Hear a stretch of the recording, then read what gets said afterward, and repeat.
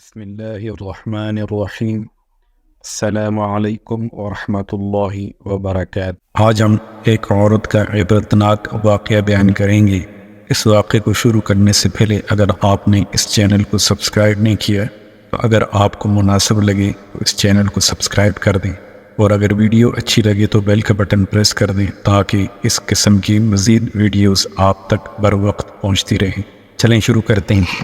علامہ ابن جوزی اپنی کتاب ذم الہوا میں لکھتے ہیں، ابن نجیح نے ایک بااعتماد دوست کا واقعہ بیان کیا ہے کہ ایک رات میں نے خواب میں دیکھا میرے گھر کے قریب جو قبرستان ہے، اس قبرستان کے مردے اپنی اپنی قبروں سے نکلے ہیں اور ایک جگہ اکٹھے ہو رہے ہیں، حتیٰ کہ تمام اہل قبور ایک جگہ اکٹھے ہو رہے ہیں، حتیٰ کہ تمام اہل قبور ایک جگہ جمع ہو گئے۔ پھر انہوں نے گریہ وزاری شروع کر دی اور گڑگڑا کر دربار الہی میں دعا کرتے ہیں، یا اللہ تو فلاں عورت جو صبح مر گئی ہے وہ ہمارے قبرستان میں دفن نہ ہو، یا اللہ ہمیں اس سے بچا لے۔ یہ گریہ وزاری سن کر میں نے ایک مردے سے پوچھا، ماجرا کیا ہے؟ تم کیوں یہ دعا کر رہے ہو؟ اس نے بتایا، جو عورت آج مری ہے جہنمی ہے، اگر یہ ہمارے قبرستان میں دفن کر دی گئی تو ہمیں اس کا عذاب دیکھنے میں تکلیف ہوگی، اس لیے ہم گریہ وزاری کر رہے ہیں اور گڑگڑا کر دعائیں مانگ رہے ہیں۔ یہ سن کر میں بیدار ہو گیا اور سخت تعجب ہوا۔ صبح ہوئی تو قبرستان کی طرف نکلا اور دیکھا کہ گورکن قبر کھودنے والے قبر کھود چکے ہیں۔ میں نے ان سے پوچھا یہ کس لیے بنائی گئی ہے؟ انہوں نے بتایا، ایک مالدار تاجر کی بیوی فوت ہو گئی ہے کہ اس کے لیے قبر کھود دی گئی ہے۔ میں نے ان کو رات والا منظر بتا دیا۔ قبر کھودنے والوں نے واقعہ سن کر قبر بند کر دی۔ اب میں انتظار کرنے لگا کہ کیا ہوتا ہے۔ تھوڑی دیر گزری تو چند آدمی آئے اور گورکنوں سے پوچھا، قبر تیار ہو گئی؟ انہوں نے جواباً کہا، یہاں قبر نہیں بن سکتی کیونکہ نیچے کیچڑ ہے۔ وہ آدمی یہ سن کر دوسرے ڈیرے پر چلے گئے، چونکہ وہاں بھی خواب والی بات پہنچ چکی تھی، اس لیے انہوں نے بھی قبر کھودنے سے انکار کر دیا۔ پھر وہاں سے وہ آدمی کسی دوسرے قبرستان گئے اور وہاں قبر بنائی۔ پھر میں جنازے کی آمد کا انتظار کرنے لگا۔ پھر اچانک شور اٹھا کہ جنازہ آ رہا ہے۔ میں بھی جنازے کے ساتھ ہو گیا۔ جنازے کے ساتھ ایک جمع غفیر تھا۔ میں نے جنازے کے پیچھے ایک خوبرو نوجوان کو دیکھا۔ میرے پوچھنے پر مجھے بتایا کہ اس عورت یعنی اس میت کا بیٹا ہے۔ اس کی اور اس کے باپ کی تعزیت کی جا رہی تھی۔ جب میت دفن کر دی گئی تو میں ان دونوں کے قریب گیا اور کہا، میں نے رات ایک خواب دیکھا ہے، اگر اجازت ہو تو بیان کر دوں۔ یہ سن کر باپ نے یعنی مرنے والے کی خاوند نے کہا، مجھے خواب سننے کی ضرورت نہیں، لیکن لڑکے نے کہا، سنائیے۔ میں اسے تخلیہ میں لے گیا اور خواب بیان کر دیا۔ پھر اس نے کہا، تجھے چاہیے کہ تو اس بات کی تفتیش کرے اور وجہ معلوم کرے کہ کیوں قبر والوں نے گڑ گڑا کر دعائیں کی ہیں۔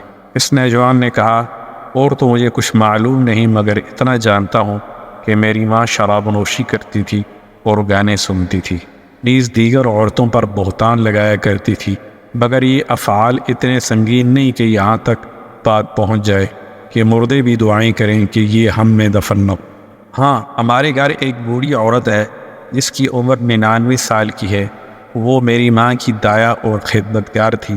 اگر آپ چاہیں تو چلیں، چل کر اس سے پوچھیں، شاید وہ میری ماں کا کردار جانتی ہو۔ پھر ہم دونوں اس نوجوان کے گھر گئے۔ اس نوجوان نے مجھے ایک بالا خانے میں داخل کر دیا۔ وہاں معمر خاتون بیٹھی تھی۔ اس نوجوان نے بڑھیا کو میری طرف متوجہ کیا۔ میں نے خواب بیان کر کے پوچھا، اماں کیا تیرے پاس کچھ معلومات ہیں؟ یہ سن کر بڑھیا نے کہا، میں اللہ سے دعا کرتی ہوں کہ وہ اسے بخش دے، وہ عورت بہت زیادہ بدکار تھی۔ اس پر نوجوان نے بڑھیا سے پوچھا، کیا میری ماں شراب نوشی، گانا سننے اور عورتوں پر بہتان لگانے کے سوا بھی گناہ کرتی تھی؟ بڑھیا نے کہا، بیٹا اگر تو برا نہ مانے تو میں بتا دیتی ہوں، کیونکہ اس آدمی نے جو خواب بیان کیا ہے یہ تیری ماں کے گناہوں کے سامنے معمولی ہے۔ یہ سن کر نوجوان نے کہا، میں چاہتا ہوں کہ تو ہمیں بتائے تاکہ ہم ایسے کردار سے بچ جائیں اور عبرت حاصل کریں۔ یہ سن کر بڑھیا رونے لگی۔ خدا تعالیٰ جانتا ہے کہ میں کئی سال سے توبہ کر چکی ہوں اور مجھے امید تھی کہ تیری ماں بھی توبہ کر لے گی، مگر اس نے توبہ نہیں کی۔ اب میں تمہیں 3 کارنامے تیری ماں کے سناتی ہوں۔ تو اس بڑھیا نے اس عورت کے لڑکے کو مخاطب کر کے کہا، تیری ماں بہت بڑی بدکار تھی، ہر دن 1-2 نوجوان اس کے گھر آتے تھے جن سے وہ اپنی خواہش پوری کرتی تھی، اور تیرا باپ بازار میں کام کرتا تھا۔ پھر تو جب جوانی کو پہنچا تو نہایت وجیح نوجوان تھا، میں دیکھا کرتی تھی کہ تیری ماں تیری طرف شہوت کی نظر سے دیکھا کرتی، حتیٰ کہ ایک دن تیری ماں نے مجھے کہہ دیا کہ میں اپنے بیٹے پر فرشتہ ہو گئی ہوں، لہذا کسی طریقے سے اس کو میری طرف راغب کر۔ میں نے سن کر تیری ماں سے کہا، بیٹی یہاں تک کیوں جاتی ہے؟ تیرے لیے اور بہت سارے نوجوان ہیں جن سے تو اپنی خواہش پوری کرا سکتی ہے، لہذا بیٹی تو اللہ تعالیٰ سے ڈرو اور اس ارادے سے باز آ۔ تو تیری ماں کہتی تھی، نہیں، مجھے اس کے سوا صبر نہیں۔ تو میں نے تیری ماں سے پوچھا، تو اس مقصد میں کیسے کامیاب ہو سکتی ہے؟ حالانکہ تیرا بیٹا ابھی نوعمر ہے، تو خواہ مخواہ بدنام ہو، لہذا خدا کے لیے اس ارادے سے باز آ جا۔ تو تیری ماں نے مجھ سے کہا، اماں تو میری مدد کرے تو میں کامیاب ہو سکتی ہوں۔ میں نے پوچھا، کیا حیلہ کیا جائے؟ تو تیری ماں نے کہا، فلاں گلی کے مکان میں ایک عارضی نویس ہے، وہ رقعے خط لکھ کر مردوں کو عورتوں سے ملاپ کراتا ہے اور اجرت لیتا ہے، تو اس کو کہہ کے وہ میرے بیٹے کو تحریر لکھے اور نام لیے بغیر کہے کہ ایک دوشیزہ تجھ سے عشق کی حد تک محبت کرتی ہے، وہ تجھ سے فلاں جگہ فلاں وقت ملاپ چاہتی ہے۔ اس بوڑھی عورت نے کہا کہ میں نے ایسا ہی کیا، اور جب تجھے میں نے وہ خط دیا تو بھی فریفتہ ہو گیا، اور تو نے لکھ دیا کہ مجھے منظور ہے، فلاں وقت میں آ جاؤں گا۔ تو میں نے تیری ماں کو وہ خط لا کر دے دیا۔ تیری ماں نے جواب پڑھ کر کہا، اماں تم میرے بیٹے سے کہو کہ فلاں وقت فلاں جگہ آ جائے، اور تو فلاں بالا خانہ اچھی طرح تیار کر، اور اس میں پھل اور خوشبو وغیرہ کا انتظام بھی کر، اور تو میرے بیٹے کو یہ بھی کہے کہ جس عورت نے تجھے بلایا ہے وہ ابھی دوشیزہ ہے، وہ روشنی پسند نہیں کرتی، بلکہ یہ کام اندھیرے میں بہتر ہے تاکہ تمہارے والدین کو تم پر شک نہ گزرے۔ پھر میں تیرے پاس آئی تھی تو نے یہ بات مان لی، اور رات کا وقت مقرر ہوا۔ میں نے تیرا جواب تیری ماں کو پہنچایا تو اس نے بہترین کپڑے پہنے اور عمدہ خوشبو لگائی، اور وہ اس بالا خانے میں پہنچ گئی، اور پھر تو بھی پہنچ گیا، اور پھر داد و عیش سحری تک جاری رہا۔ پھر تو وہیں سو گیا، تو میں نے صبح کے وقت آ کر تجھے جگایا۔ پھر چند دنوں کے بعد تیری ماں نے مجھ سے کہا، اماں میں اپنے بیٹے سے حاملہ ہو گئی ہوں، اب میں کیا کروں؟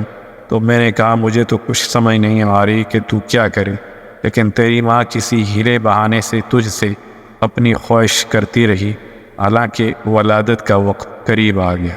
تو تیری ماں نے تیرے باپ سے کہا کہ میں بیمار ہوں، میں چاہتی ہوں کہ کچھ دن اپنی ماں کے پاس رہ آؤں۔ تو تیرے باپ نے اجازت دے دی۔ پھر میں اور تیری ماں تیری نانی کے گھر چلی گئیں، وہاں ایک کمرے میں رہائش رکھ لی، اور جب ولادت کا وقت آیا تو میں ایک دایا کو بلا کر لائی، تو تیری ماں کے ہاں ایک بچہ پیدا ہوا جو کہ تیری ماں نے مار دیا، اور پھر ہم نے وہ بچہ دفن کر دیا۔ کچھ دن گزرے کہ تیری ماں نے مجھ سے کہا، اب پھر میں اپنے بیٹے سے خواہش پوری کرنا چاہتی ہوں۔ تو میں نے کہا، بیٹی جو کچھ ہو چکا وہ تیرے لیے کافی ہے۔ تو تیری ماں نے کہا، مجھے صبر نہیں، اور پھر اسی طرح یہ سلسلہ شروع ہو۔ پھر جب وہ بوڑھیا دوسرا واقعہ سنانے لگی تو اس عورت کے بیٹے نے یہ کہہ کر بات ختم کر دی، اماں بس کر، اتنا ہی کافی ہے، اللہ تعالیٰ میری ماں پر لعنت کرے اور ساتھ تجھ پر لعنت ہو۔ یہ کہہ کر وہ اٹھ کھڑا ہوا، اور میں بھی اس کے ساتھ اٹھ کر آ گیا۔ کاش کہ وہ بڑھیا دوسرے 2 واقعات بھی سنا دے۔ اندازہ کیجیے کہ جب انسان کی شرم و حیا ختم ہو جائے تو وہ کس قدر پستی میں چلا جاتا ہے۔ ہمیں چاہیے کہ اس واقعے سے سبق حاصل کریں اور اللہ تعالیٰ سے پناہ مانگیں۔ اللہ تعالیٰ ہماری حفاظت فرمائے، آمین یا رب العالمین۔ یہ حوالہ ہم نے ضم الہوا سے لیا ہے، اور کتاب کے مصنف ہیں علامہ ابن جوزی رحمۃ اللہ علیہ۔